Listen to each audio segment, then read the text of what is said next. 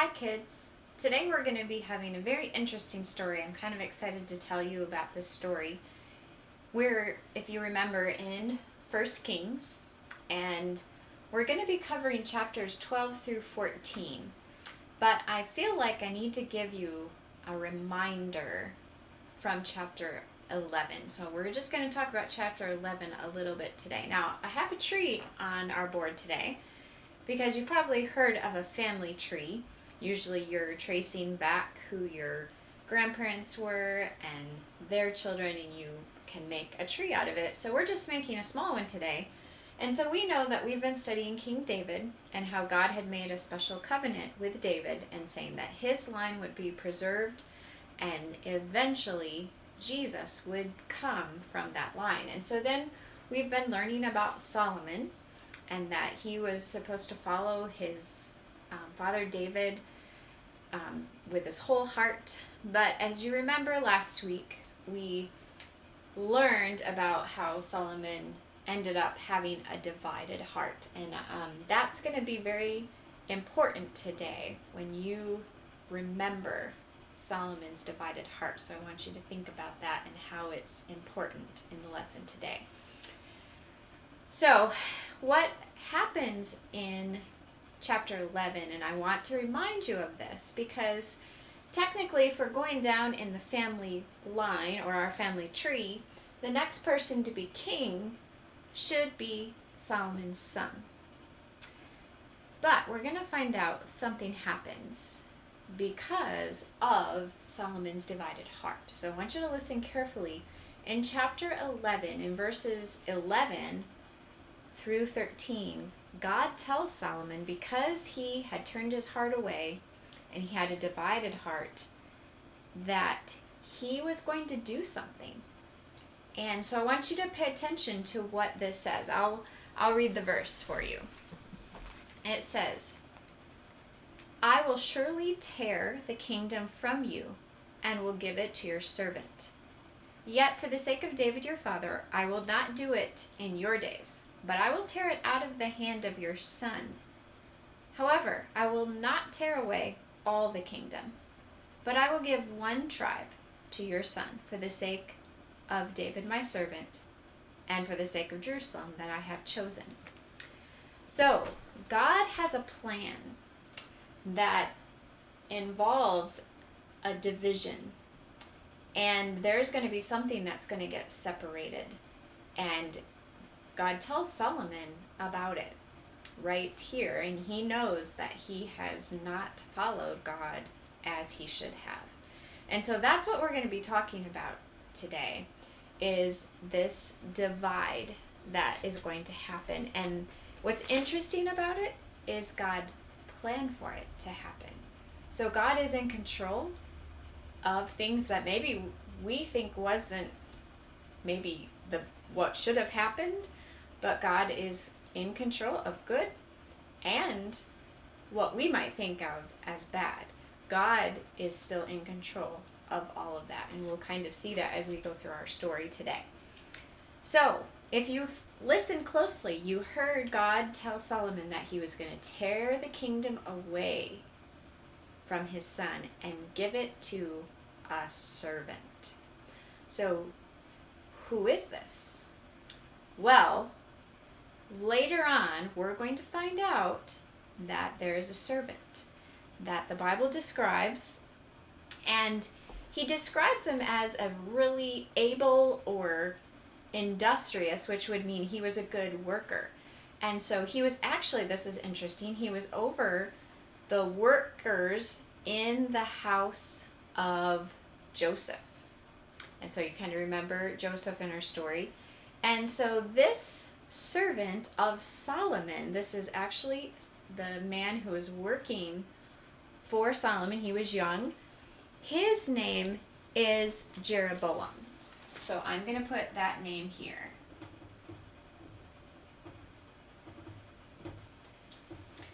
And so this is the man that we'll notice is his servant, and he is described as a good worker, and God actually comes to Jeroboam and tells him what's going to happen. So this is happening in chapter 11 still. This is kind of a very important part. It's kind of like the backdrop of all of what's going to happen next. So it's important to understand what's happening. So God has told his prophet that what is going to happen, that actually the kingdom of Israel is going to be divided. But we talked about Solomon having a divided heart. Now God's plan is going to be that Israel is going to be divided. And we don't know yet how it's going to be divided. We know that there are 12 tribes. So we're going to think about if you were dividing something by 12, we'd probably do it nice and evenly. So somebody gets 6 and you'll get 6. But we're going to hear how God divides the kingdom.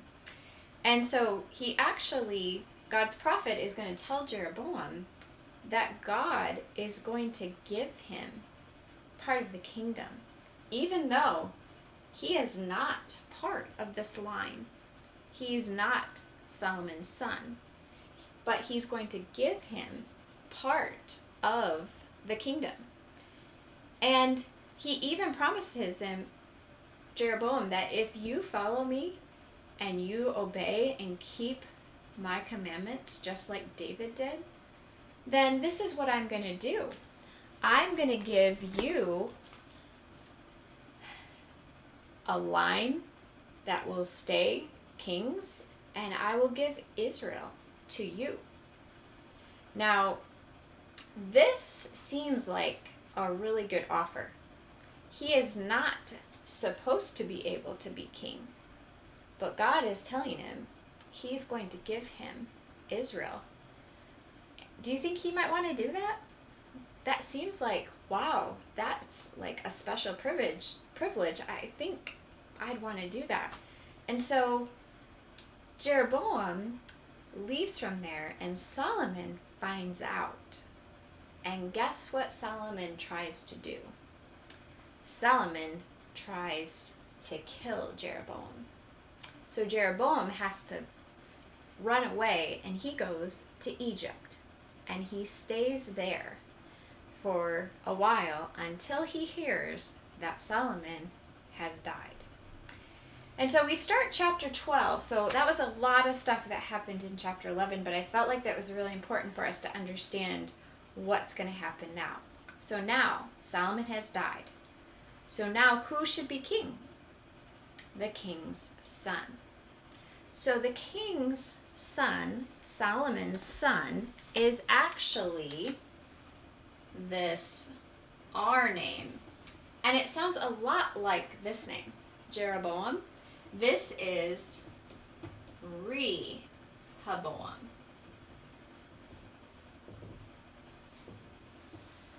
So this is actually Solomon's son. And chapter 12 starts out as Israel would like to crown Rehoboam king in place of his father Solomon. And so chapter 12 starts out, but it mentions that Jeroboam had heard Solomon died. And so he came back from Egypt, and he goes to this event to see Rehoboam be crowned king. Well, all the people are meeting, and they ask Rehoboam, they said, we are going to ask you for something. You're going to be our new king, and we have worked really hard under your father, and we're wondering if you could maybe lessen the amount of work that we're having to do. We're very worn out. Would you lighten our load? Now, if I were going to be king, I think I would want to listen to what they're saying. And so he listened, and then he was going to go away and think about it and maybe ask for counsel or people to ask what they thought he should do, and he was going to seek wisdom about it. And so it makes sense that he would come back and say, that sounds like a good idea. I want to be a good king for you. Because if he says, no, I won't do that, well, the people probably are going to be like a little bit angry about it. So what's interesting about this is exactly what happens is what we think would not be the right decision. But remember, God has a plan.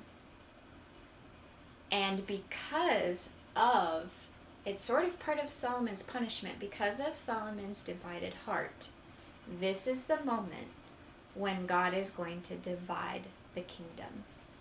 And so you know what this son of Solomon comes back and does?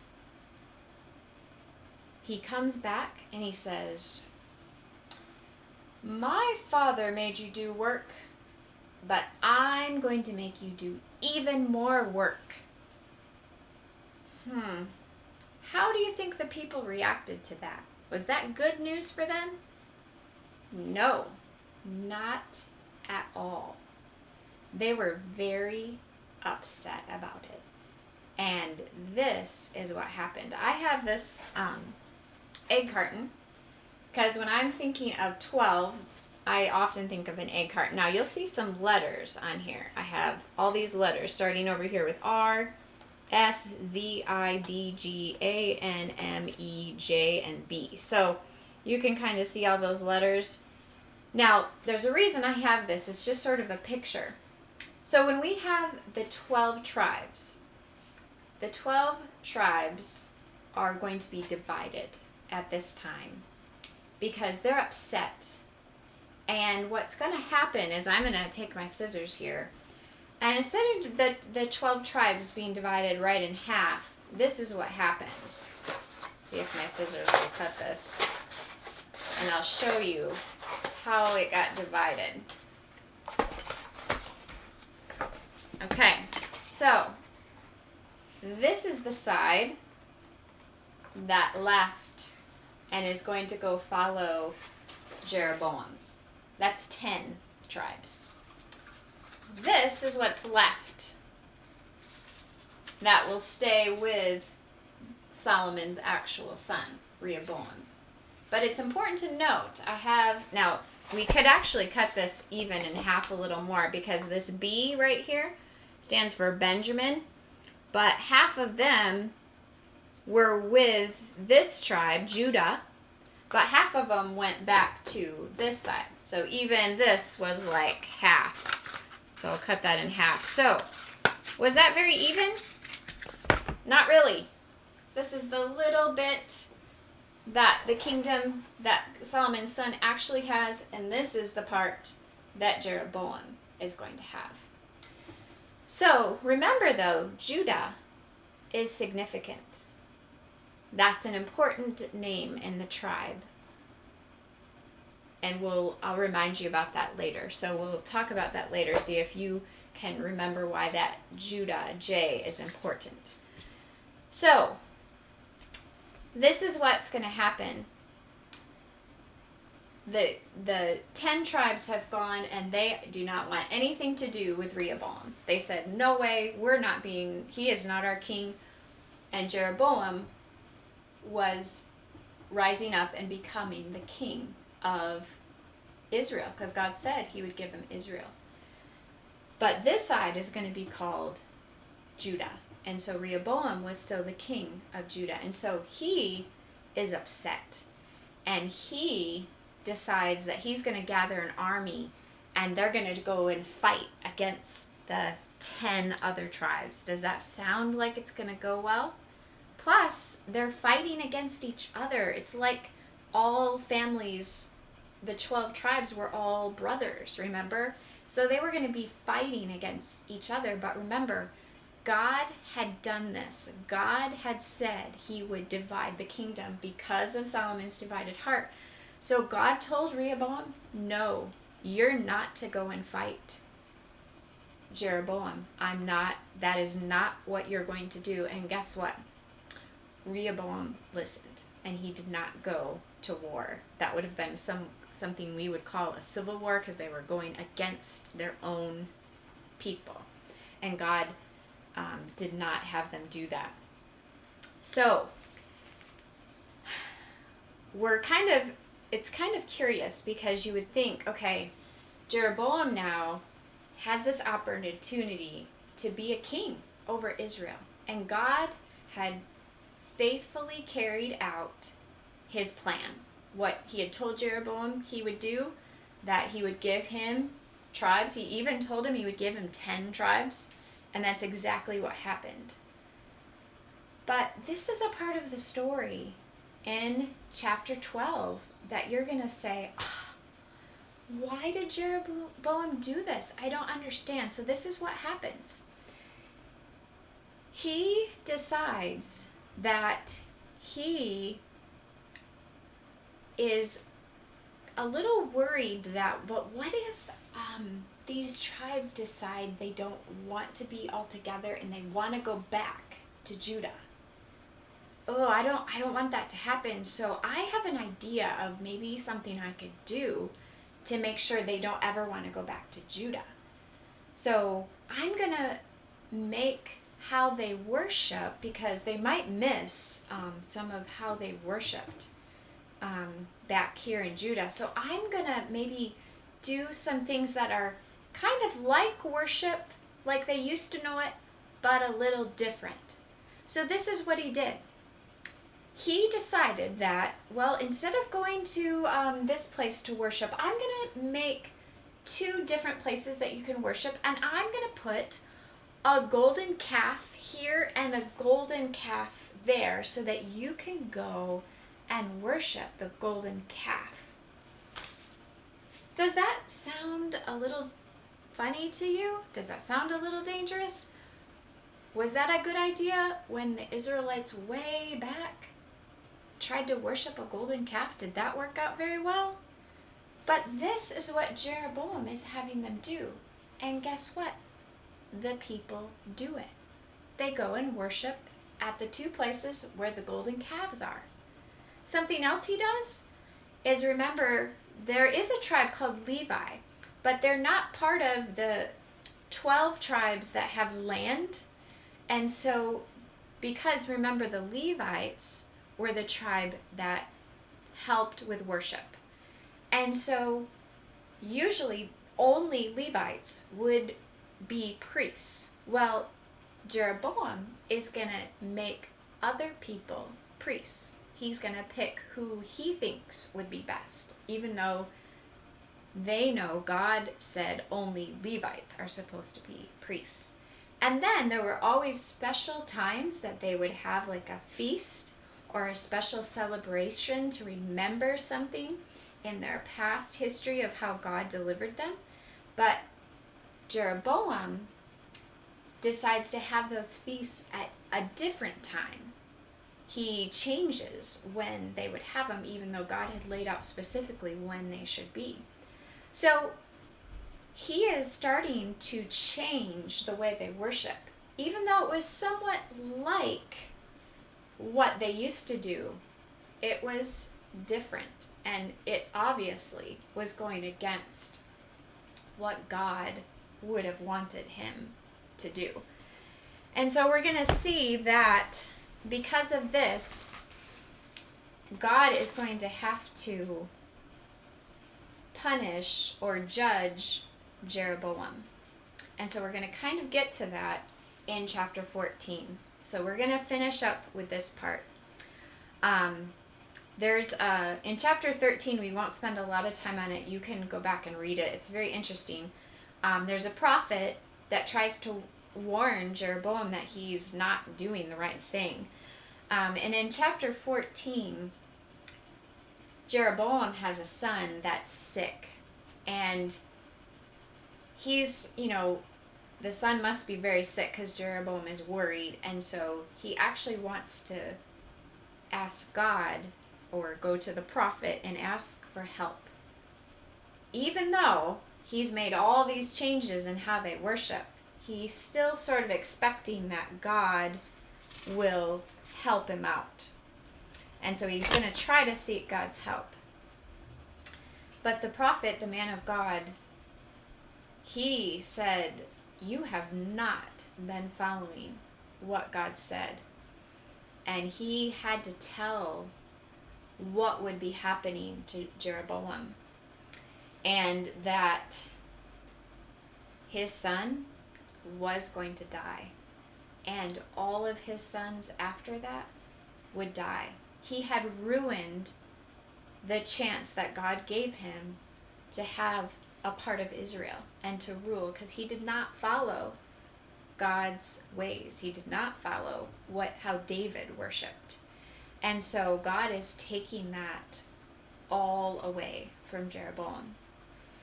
And what's interesting is Rehoboam still has one part of the kingdom. Even though it's not the whole thing, he has one part. And remember, God is preserving the line that is going to lead to Jesus being born someday. And so even though David had sin, he messed up. Solomon had sin. And so instead of having the whole kingdom together at this point, it's divided. Rehoboam is still in the line, and Judah is the tribe that Jesus will come from. And so when it says out of a stump of Jesse, so that was, we could have Jesse up here, that was David's father. There's a branch, so there's a little part left of the tribes that is going to continue on, and God is going to preserve the line that Jesus will be born from, and just as he promised. But what I want you to think about today, when you think about this divided heart of Solomon and the punishment that came because of that, and now there's a divided kingdom, both of these men, Jeroboam and Rehoboam, point us to the gospel. And I want you to think of it this way. Rehoboam, his line was preserved because that was where Jesus would be coming from, that line. But how different is Jesus going to be than this king, Rehoboam? He did not listen to the wise counsel. He actually had wise men, older men, that told him that he should listen to the people and lighten their load.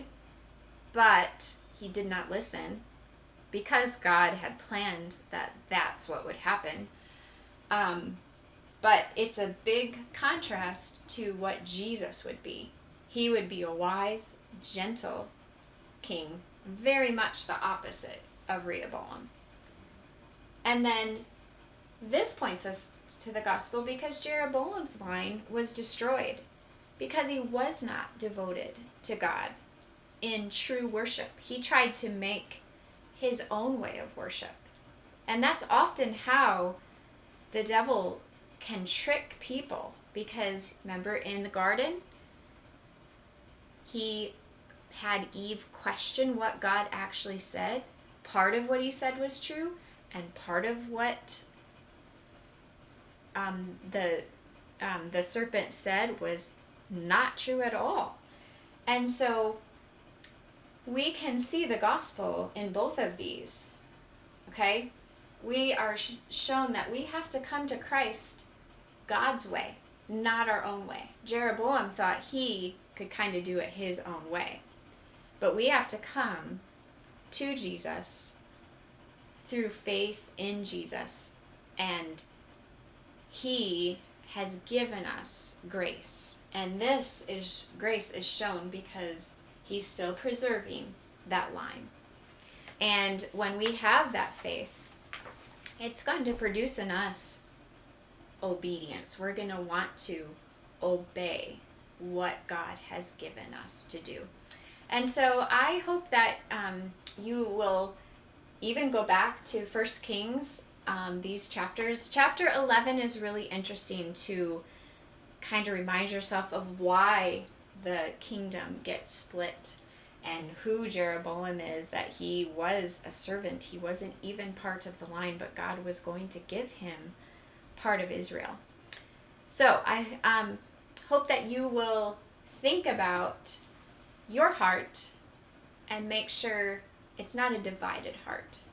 Make sure that it's a heart that wholly wants to listen and to follow what God says. Have a good day today. Bye.